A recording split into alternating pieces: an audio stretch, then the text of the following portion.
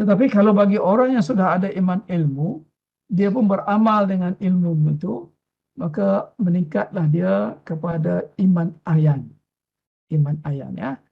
Iman ayan ini secara mudahnya ialah iman orang-orang yang ada ilmu dan beramal dengan ilmu. Jadi itu dipanggil iman ayan, insya-Allah.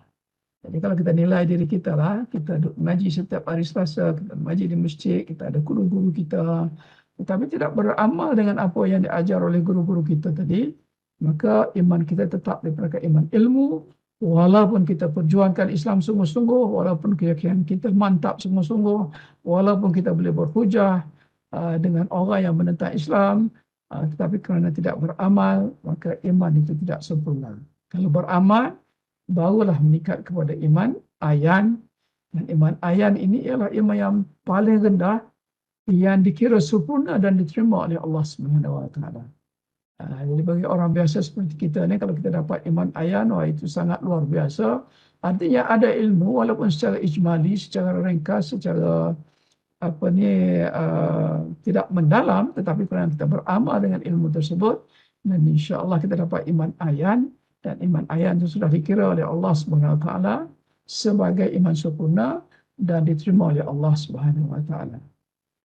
Dan orang yang meningkat kepada iman ayan ini, sebagaimana saya telah sebutkan tadi, kerana dia beramal dengan ilmu, ya.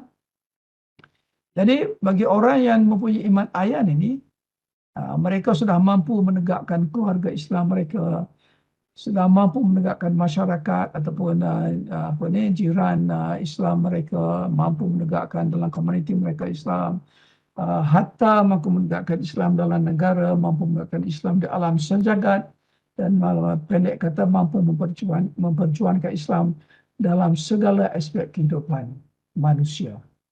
Jadi maknanya kalau kita seorang pejuang, ya, kita mahu menang, maka iman kita mesti iman ayan. Tak boleh hanya iman daripada iman taklid dan iman ilmu sahaja.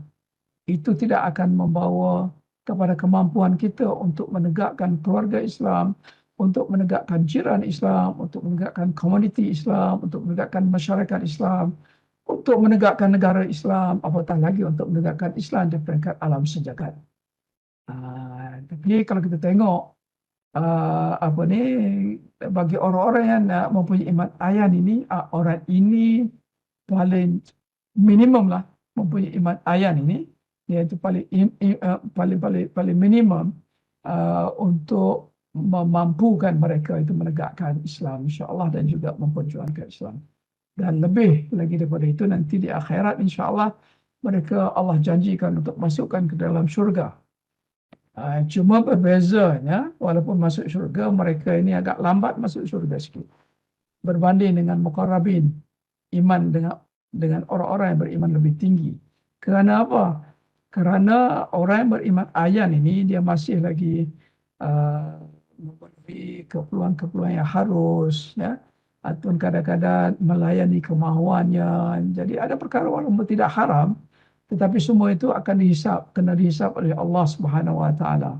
Jadi lambatlah sedikit mereka ini masuk syurga. Walaupun masuk syurga, tapi oleh kerana hisap itu, jadi dikira lambat. Jadi di syurga itu, kalau di syurga pula dimasukkan dalam syurga, insya-Allah mereka akan dimasukkan dalam syurga. Cuma pangkat mereka dalam syurga itu masih berjawatan rendah berbanding dengan orang yang imannya iman hak dan iman hakikat. Jadi iman ayan dah masuk syurga insya-Allah, tapi lambat masuk syurga. Lambat masuk syurga itu merupakan satu penderitaan juga. Walaupun akan masuk syurga, kerana dihisap itu akan memakan masa. Dan diceritakan kepada kita bahawa satu hari di akhirat itu seumpama 1000 tahun, ya. 1000 tahun di dunia. Jadi lambat, ya. Tapi tak apa, kita fahamkan iman ayan ini. Kalau kita nak tahu siapa ke iman ayan ini, maka banyak gelaran-gelaran yang diberikan kepada iman ayan ini.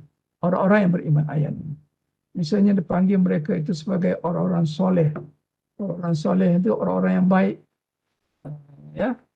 Ataupun dipanggil juga golongan abrar, iaitu orang-orang yang berbakti kepada Allah Subhanahu Wa Taala dan kepada manusia, kepada makhluk. Ataupun orang-orang muflihun, Orang muflihun inilah orang-orang yang mendapat kemenangan insya-Allah.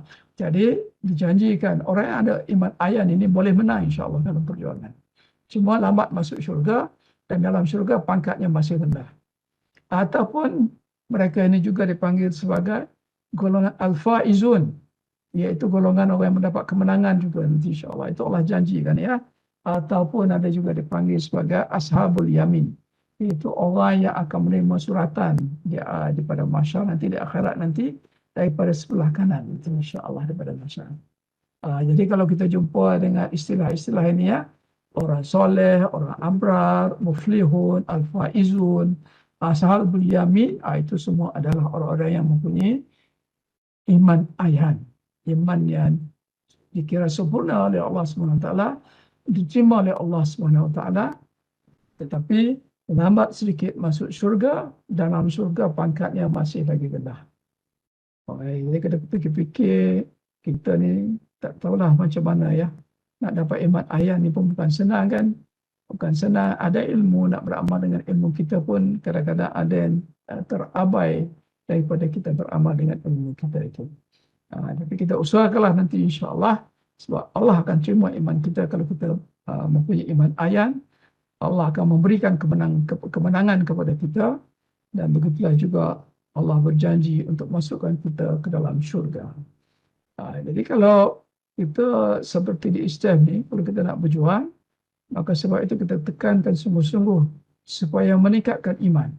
Itu kepentingan iman, kerana dengan itu nanti insya-Allah Allah janji untuk bagi kemenangan kepada kita insya-Allah.